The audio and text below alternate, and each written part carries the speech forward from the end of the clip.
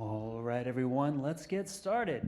Good afternoon, everyone. Welcome to the North Carolina Museum of Natural Sciences. My name is Chris. I am curator for the Daily Planet Theater here inside the museum and your host every Wednesday at noon for our Lunchtime Discovery series.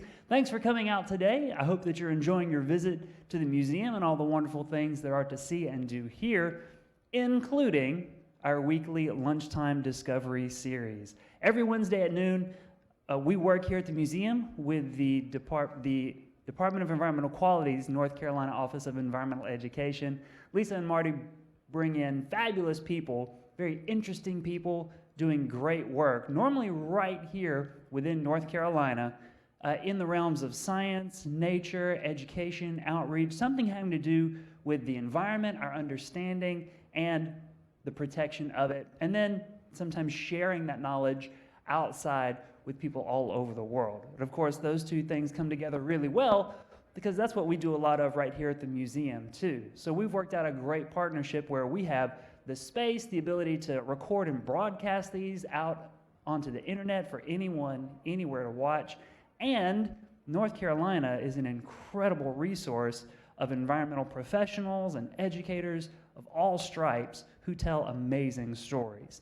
It turns out that the state of North Carolina is a pretty neat place, not only naturally in terms of the biodiversity that we have here in the state, but also culturally in terms of the stories that we have to tell about human history across the state. And I think we're going to get a little taste of both of those things with today's guest. Today, joining me on stage is Robbie Fern. He's director of the Pine Island Audubon Sanctuary. Please put your hands together and welcome Robbie to the stage. Thank you so much. Bear with me while I manage all the technology today. It's very exciting to be here, and I'm looking forward to sharing with you the past, present, and future of the Pine Island Audubon Sanctuary in Corolla.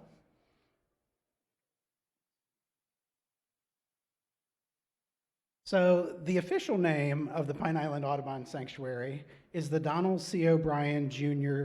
Sanctuary and Audubon Center at Pine Island, which is why we call it the Pine Island Audubon Sanctuary, because it's way too much. But as a sanctuary, it's part of a national network. Audubon is one of the oldest conservation organizations in the nation, and it, as you can see from this slide, we have state offices around the country, we have local chapters, we have 43 nature centers, and Pine Island serves as one of those. In North Carolina, we have a state office. Let's see if I can make this, well, we lost it. The state office is in Durham now, but we also have chapters in Wilmington, we have chapters in the mountains, we have chapters around the Triangle, as well as the Triad. Nationally, we focus on 5 different priorities. Today we're going to talk about 2 of them. We're going to talk about coastal priorities, and we're going to talk about climate. The coast is really important for birds because most birds along the Atlantic Flyway work their way down the barrier islands. So if you're a young bird, you need to rest on your way south. You need to stop and refuel. Once your birds are more mature, they tend to fly out over the open ocean. They'll fly greater distances. But when they're young, they island hop, basically, all the way down the coast. And so certain areas are really critical for bird survival. That is what makes Pine Island so important to Audubon. Pine Island is in the top 2% of landscapes in the entire nation that are critical for bird survival in the face of climate change. So if you think about where birds are going to need to be in the future as the climate changes, what are those most important places? Pine Island is in the top 2% in the entire country. 1/4 of the birds that are threatened by climate change, 1/4 of those species use the Pine Island Sanctuary. So where is this wonderland?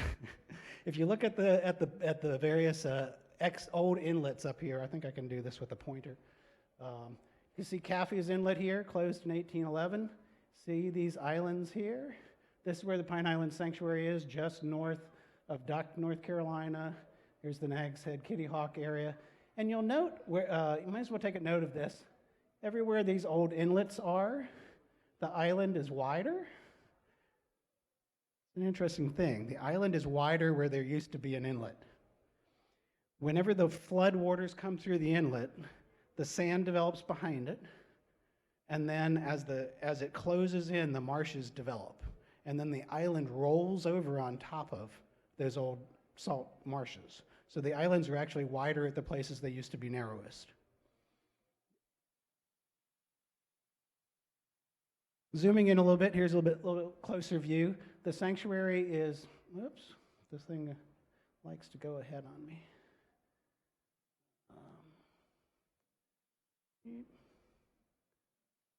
Yes, there we go.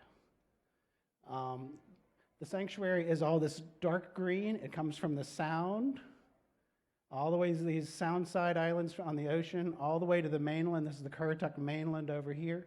We also have an easement on the Currituck Club marshes. So our property is 2,600 acres. Currituck Club property is about 1,800 acres. If you include all the water acres, that's about 14,000 acres in conservation in the heart of Currituck Sound. So what will you find if you go there? The first thing you'll find, the thing that most people are drawn to, is this beautiful 1913 hunt club. It's the oldest standing hunting club in Currituck County. We now use it as a research and education facility. College groups come and stay on the property. Researchers come and stay, really focused at high-level research and education. We have a campus of buildings.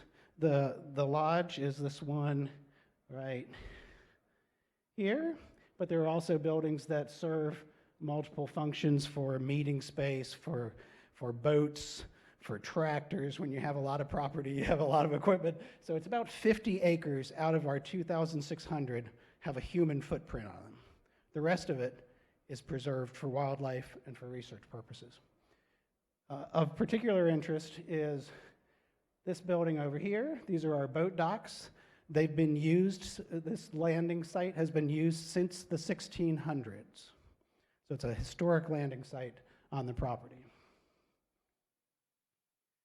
So what else are you going to find there? You got your human development, but really the important thing about the sanctuary is the wildlife, right? So we have access to the beach. On the Outer Banks, all the plant communities are dictated by salt spray. The more salt spray, the harder it is for plants to survive. So when you're close to the beach, you get grasses. They can take a lot of salt spray. You move a little farther back, you get into the scrub, right? So the salt spray is coming over the dune. You end up with a little short, scrubby bushes. Because you grow up above the dune, the salt spray is going to kill you, right? Lots and lots of evergreens in there. Different small animals tend to live in there. Box turtles, raccoons, lots of snakes in this area. You get a little farther back, and you get to this, the stable dune barren. Now, Pine Island has one of the finest examples of a stable dune barren in the entire state. And this is a threatened habitat. The reason this is a threatened habitat is because this is where all the houses go.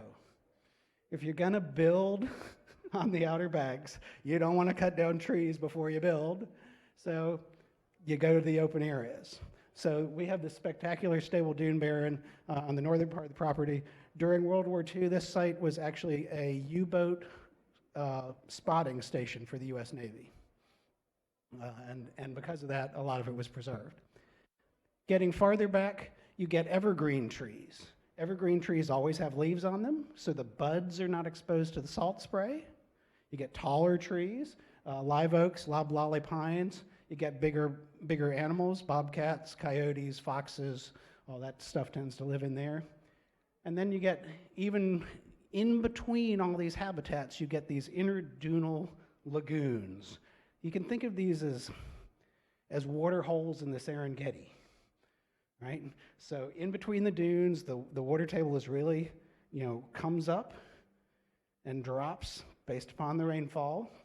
And actually with climate change and sea level rise, those lagoons are filling up a lot faster than they used to. But these are really critical areas in stress times for animals. Farthest back, if you're really lucky, your island is wide enough, you got a nice big evergreen maritime forest, you stop enough of the salt spray for deciduous trees to survive. They have to get through the winter with those buds exposed to the salt spray. If they're far enough back, we have this beautiful deciduous swamp forest, which unfortunately is being squeezed out by sea level rise. So it's a globally rare habitat, but sea level rise is coming in on the ocean side, bringing the salt spray closer, and on the sound side, the marsh is squeezing in. So it's slowly getting squeezed out. So we actually have all this mapped on the ground so we can see how it changes over time. Lastly, you get into the slightly salty marshes. We don't have super salty marshes. I can't grow an oyster, but they're mostly fresh marshes dominated by these sort of secretive birds. This is a Virginia rail, otter, mink, and they're all out there looking for fish, which come from the sounds. Out in these open water areas, the sounds are the abundant area, right? So the marshes are the nurseries for fish. All these fish-eating waterfowl come in to eat the fish, and Currituck Sound is really shallow, so the dabbling ducks come and eat to the grasses. You can see, wintertime we freeze up. A lot of birds will sit out there. And the abundance of the sound is really what has dictated the history of Pine Island. Because people have been using this abundance for millennia. The Native Americans, as you can see in the very first documentations of Native American use, you can see what the English explorers described as the goodliest land under the cope of heaven. There was a lot to eat. So let's talk about these shallow sounds. Currituck Sound itself, all the way up here, is very shallow. I say it's 3 miles wide and 3 feet deep. You can't quite walk across. They did drive the gravedigger truck across it once, but you really can't walk across. But it's very fresh. It's a very fresh water area. And the reason that's true is the closest inlet is all the way down here at Oregon Inlet. That's where the salt water comes from. All the fresh water is coming in from these very small streams and rivers at the top, but it wasn't always that way. Look at all these inlets. 1682. The last one closed in 1828. This was salt water until 1828. And when it closed and the water became fresh, the grasses came up and the ducks came. The area became dominated by ducks. 300,000 waterfowl every winter in Currituck Sound. It's now roughly 1/10 of that. So when the ducks came, so did the duck hunters. This is the oldest building we have record of on the property. This is the Palmer's Island Hunting Club. It burned in like 1889. It was replaced by this building, which is the current lodge, in 1913, built by 12 hunters out of Boston. As you can see, there was a lot of feeding oneself's activity. It was a long way from a Costco in those days. And the landscape was very barren. So you can see there's buildings all the way in the background over here, but it was a farming community. And what did they farm? They farmed cattle. It's about the only thing you can farm in sand. So the grasslands were able to feed the cattle, and then every spring, as the grass came up in the marsh, they would push the cattle out into the marsh to eat the marsh grass. And the taste of the milk would change based upon the new feed. So how do you get a cow to the Outer Banks? This way, on a little barge, towed by some poor guys in a boat. So it was mostly focused on cattle and hunters. These are the old docks at Pine Island. You can see much bigger boat for the hunters than the cows. And so they would bring lots of hunters in. Hunting became so popular with northern industrialists that this is the mainland. These are all the different boats waiting to bring hunters to the hunting lodges. And come they did. The locals became expert duck carvers, decoy carvers. This is people working on decoys. And then they'd take these people out to hunt. There was both local hunters who were market hunters, and there were tourist hunters. So the local hunters would hunt every day and ship their kill off to Norfolk or Washington, D.C. And they didn't just shoot with a single gun. They would go out with punt guns, which is basically like a little mini cannon. Pull the little cannon, it would take hundreds of birds out of the sky at the time. So if you have 300,000 birds darkening the sky, you feel like you can take a lot of birds, right? So this is an interesting little hunting technique. It's called a sneak box. The boat would paddle you up, put you in the box. You'd lie on your back and wait for the birds to fly over. You'd stay there for about 2 hours, and then they'd come and pull you back out again.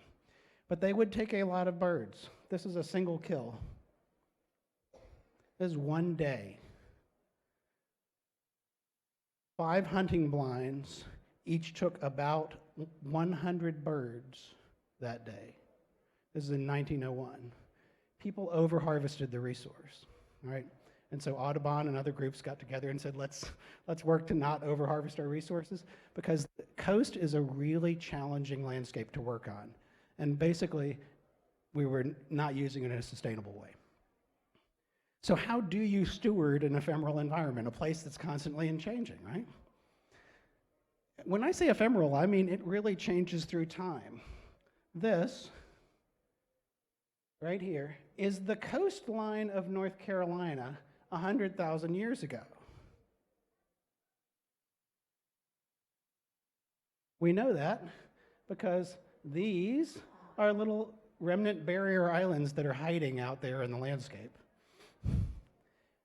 But 15,000 years ago, it was all the way out here.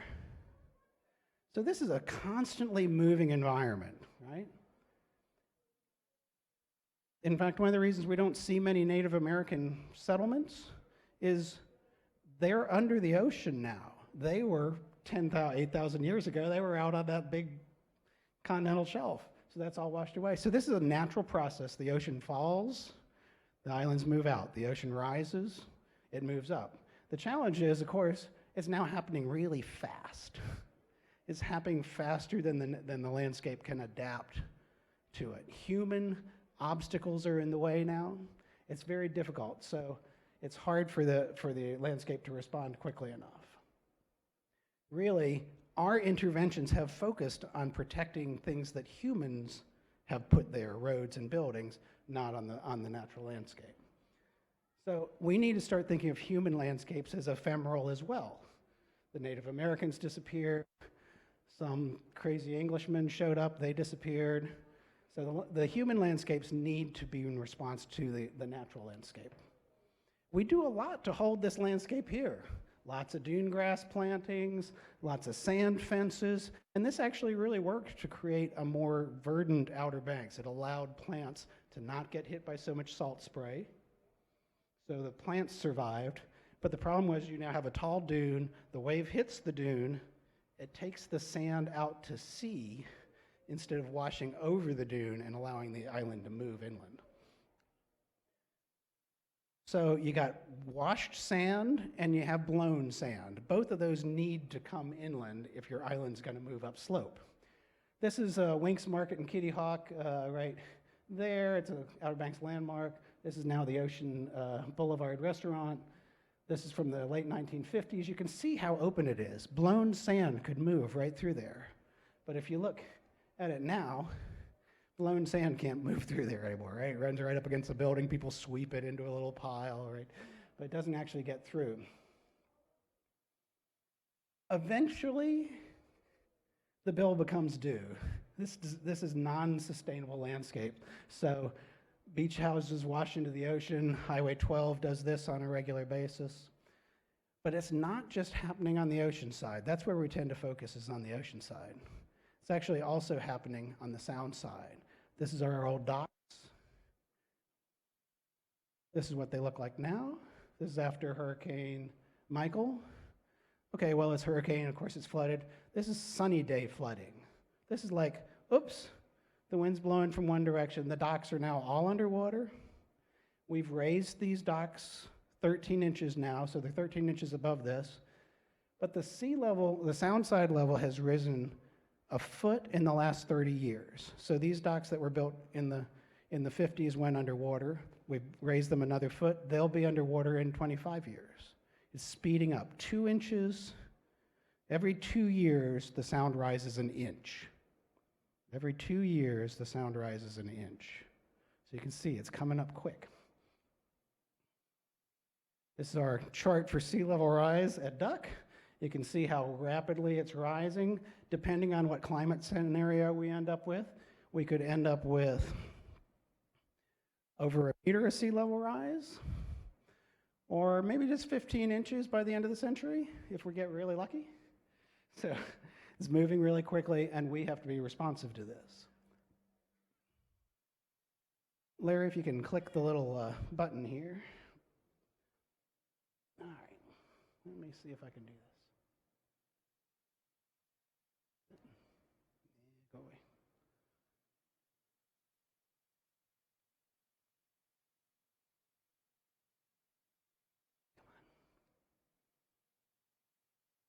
Come on. Technology does not want to cooperate.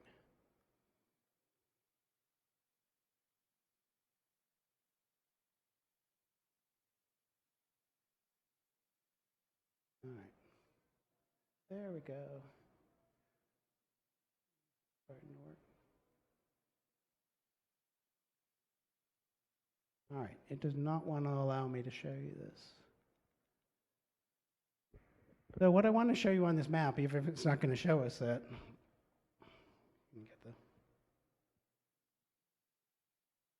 can't get the cursor to show up.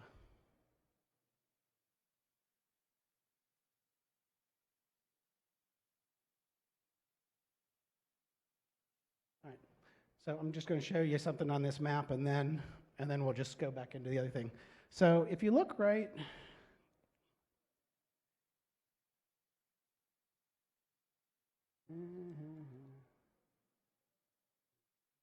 more time. All right, hang on. I think I got it. Yay! Get there yet?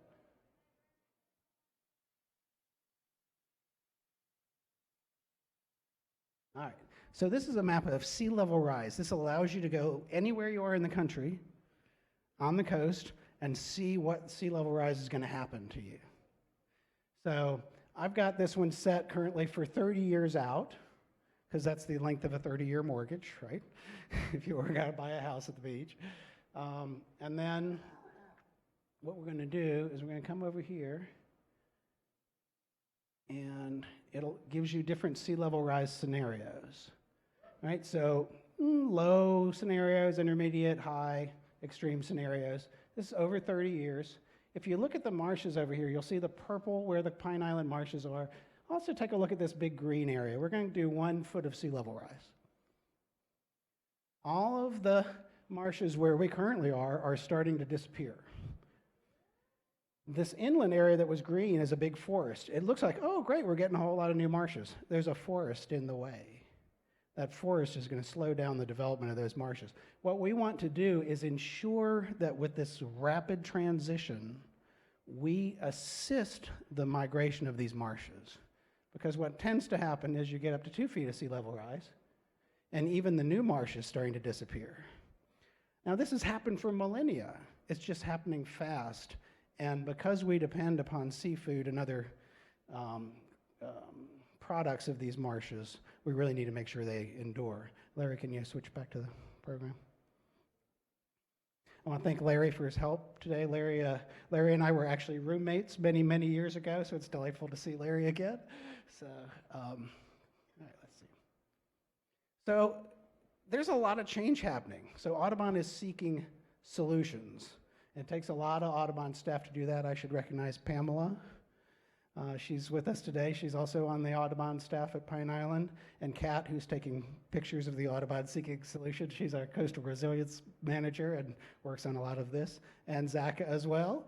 So we have a number of Audubon staff members here today, and I should stop and recognize them. So as we seek solutions, we need to recognize that the community has to recognize that these things are moving. They're going to have to move on our landscapes. Marshes have to move upslope. We have to protect the marshes we currently have because all this human stuff will get in the way. We need to preserve the system, not the location. People tend to think of conservation as, oh, we're going to save Yosemite. Well, Yosemite in eastern North Carolina is moving all the time, so we have to preserve the system, not the location. There's a lot of keys to having a resilient future. I'm not going to go through all these, but it has to be grounded in science. It has to recognize the changes of the place, and it has to have a community engagement. And then the other thing that you really need to think about it when you're talking about these changing landscapes is what can you keep for the long term? What do you let go of? And what can be a bridge to the future? So Audubon's worked a lot on climate science because we love birds. We've really focused on how are birds going to survive in the future based upon changes in climate, but also including the other threats, sea level rise, greater storms, more wildfire seasons. Larry, if you can click the link in the top right, we'll see if we can make this one work too. This is a cool thing I want you to do at home. All right. You can go to audubon.org/climate, or just audubon.org. It'll show up on the front page. And you can put in your zip code, and it will tell you exactly what birds in your community are threatened by climate change, and what kinds of threats are harming them, and what you can do to help. Let me get rid of this thing that's way over here. Hang on a sec. I gotta get rid of this thing that's all the way over here. So this shows at 3 degrees of climate change in Currituck, these 11 species are highly vulnerable to sea level rise. And you can click through. So if you particularly love the brown thrasher, you can go in and learn what you can do to help the brown thrasher. All you have to do is go in and put in your zip code. It's very, very cool. Larry, let's go back to them. This is hard science focused on birds. There we go. Insert your name. Insert your zip code. Let's see. So what does Audubon do about all this, right? This big change that's happening at Pine Island. We're leading cutting-edge research and collaboration in the community to address not just birds, but we need that level of science on grasses. We need that level of science on lichens. We need that level of science on bobcats, right? So we're using Pine Island as a climate resilient hub, a research and education hub for the entire Atlantic coast to pursue new solutions, restoration and conservation solutions. And we can also utilize our site as a demonstration site. So we have all those buildings. Which of those buildings do we keep? Where do we retreat? Which ones are our bridge buildings? So the site is also an educational opportunity. So right now we have 2 grants from the Clean Water Management Trust Fund that are helping us do this. We're putting in this living shoreline to protect the high marsh. The high marsh is where all those secretive birds like to nest. If the water breaks through, let's see if I can get this little pointer. Okay. See how thin this is? It's about twice as thin now since this picture was taken. As soon as it breaks through there, there's a high marsh up in here. It breaks through, it'll all erode away and we'll lose all our high marsh birds. So we're protecting the high marsh birds. We're also protecting the access to the landing so that we can do all the work out on the sound. We also have a planning grant so we can work collaborative with other members of our community to design these new solutions. And that's a lot of what Kat gets to do, is develop these relationships. And as you can see, community engagement is key. We have developed a Currituck Sound Coalition, and these are all of our partners at the moment in this coalition. All these people working together, bringing their expertise to the table to design solutions for this drastic change which is going on. And the real key is that Audubon doesn't have all the answers. Nature Conservancy doesn't have the answers. Town planners and Duck and Currituck don't have all the answers. But together, working together, we can create a brighter future. So in the future, you can help too. In fact, you can help in the present. And one of the best things you can do is go to this. This is also at audubon.org in the climate page. The Climate Action Handbook.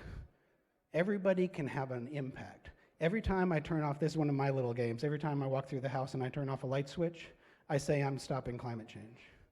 I'm stopping global warming. So anytime you get in the carpool, you can say, I'm stopping global warming. Those little reminders for yourself help create the personal change. So go do the Climate Action Handbook, work on renewable energy, plant native plants, one of the most important things you can do for wildlife survival. If we all do this together, then in the future, you could come to a place like this. This is a historic picture of the lodge. You can see how many pintail ducks are on the lawn, right? This many pintails do not, I see 10, 20 a year now. But in the future, you could come to the lodge. It will be similar to this. If we're successful, it won't look exactly like this. The building will be 7 feet in the air and connected to this nice little dune line over here by a boardwalk to the other buildings on the property. The marsh will move in underneath the buildings, so there'll be water out there. So the ducks will be there, the human facilities will still be there, and we will have successfully adapted to change. And I'll just let some pictures happen while I take questions. Thank you very much. Let's give Robbie a round of applause.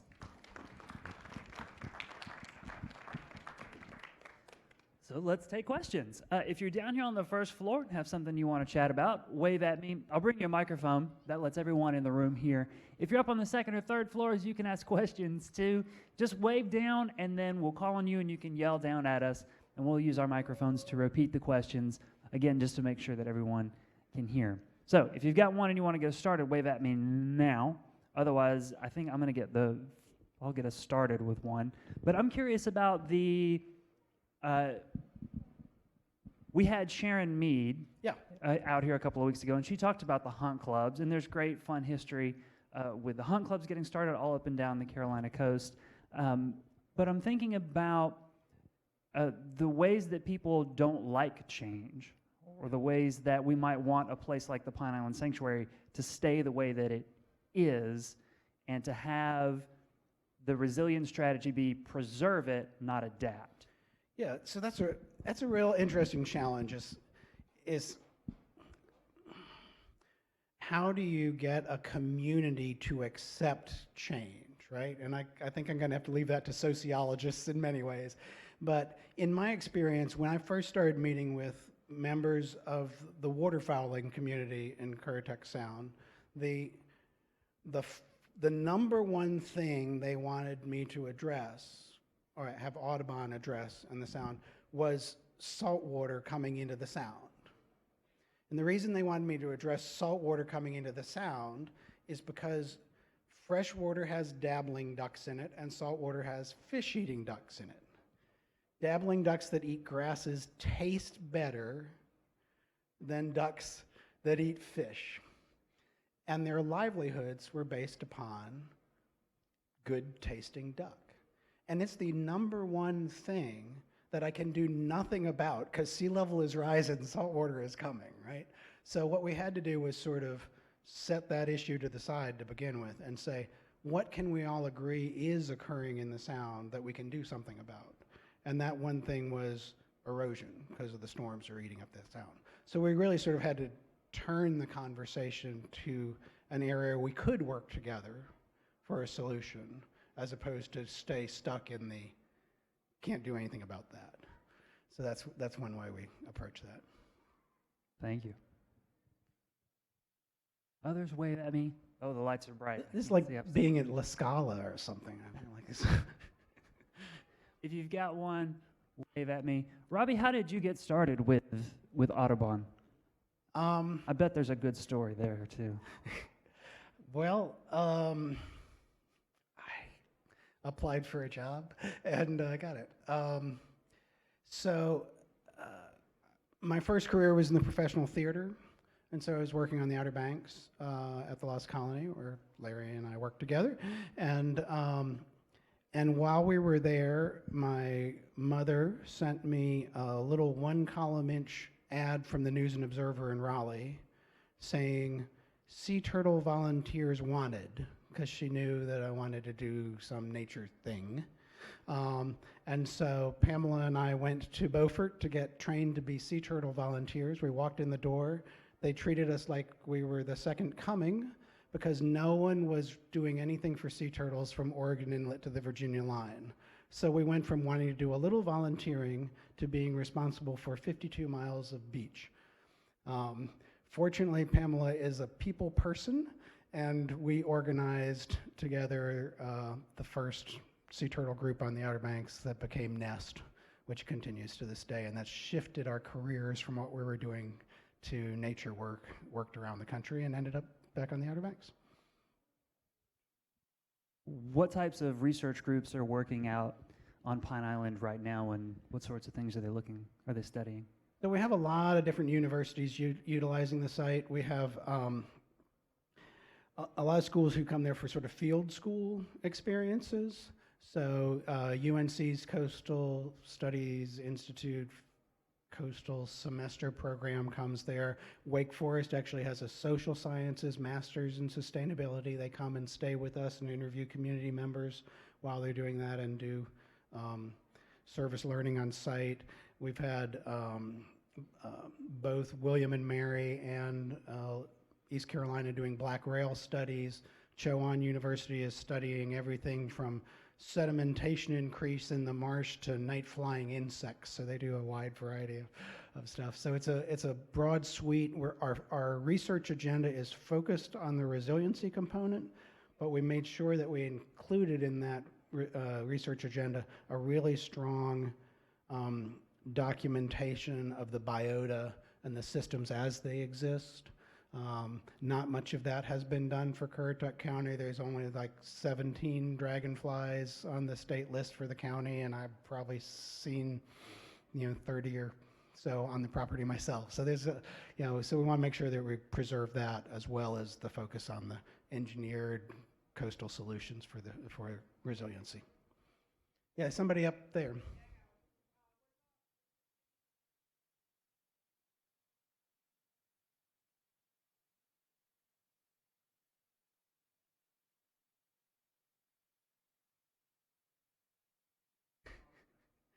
So, sure. So the question was about wind turbines and numbers of birds killed by wind turbines versus birds killed by climate change.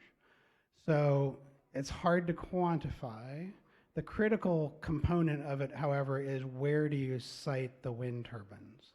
So if you think of what they call the Amazon wind farm, which is near Elizabeth City, all the power from it goes to Amazon, which is why it's called the Amazon wind farm.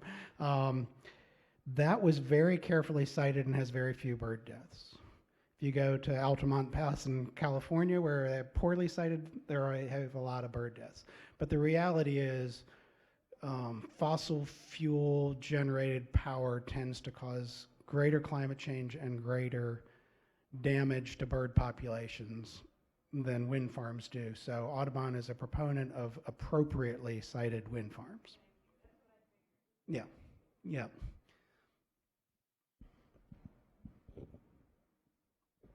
Hi. To what extent is the Department of Interior historically been involved in what you're doing?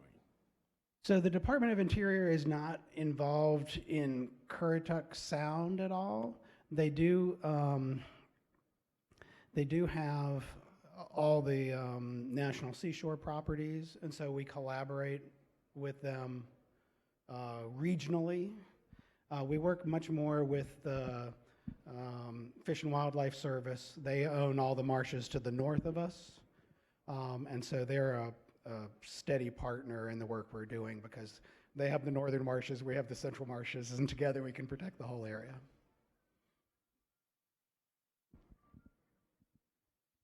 It sounds like you have some incredible research partnerships going on. Do you anticipate an increase in the education an interpretation that will be done at Pine Island?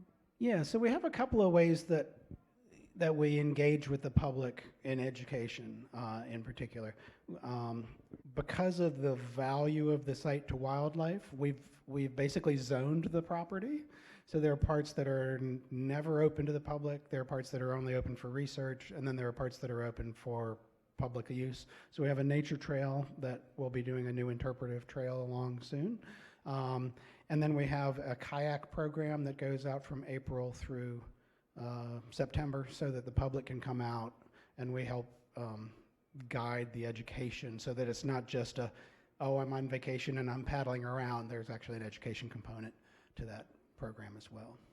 And lastly, we do some immersive education programs on things like, we've done nature journaling, we've done botanical illustration where people come and stay in the lodge, general public comes and stays in the lodge for an intensive weekend of programming.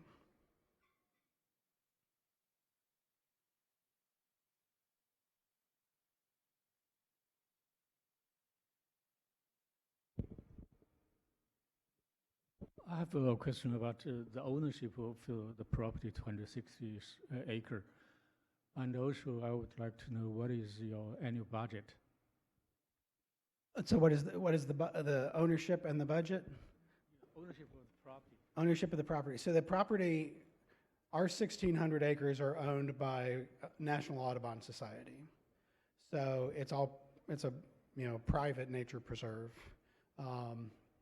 It was donated to us by the Slick family from Chapel Hill, from Winston-Salem originally. And the chairman of the board of National Audubon Society used to go hunt with Mr. Slick, and either over sitting in the blind or over drinks after sitting in the blind, he convinced him to donate the land. And so it's all privately owned and privately funded. So we do get some government grants for specific projects like the Clean Water Management Trust Fund grants, but in general, it's all privately funded as well. How about one more round of applause? Thank you so much. Appreciate it. Thanks for coming here and sharing with us. And thanks to all of you for coming to the museum this afternoon, for joining us. We will be back here next Wednesday at noon for another lunchtime discovery presentation. Meet someone interesting, learn something new. That's every week right here inside the Daily Planet Theater. Have a great day, everybody. We'll see you next time.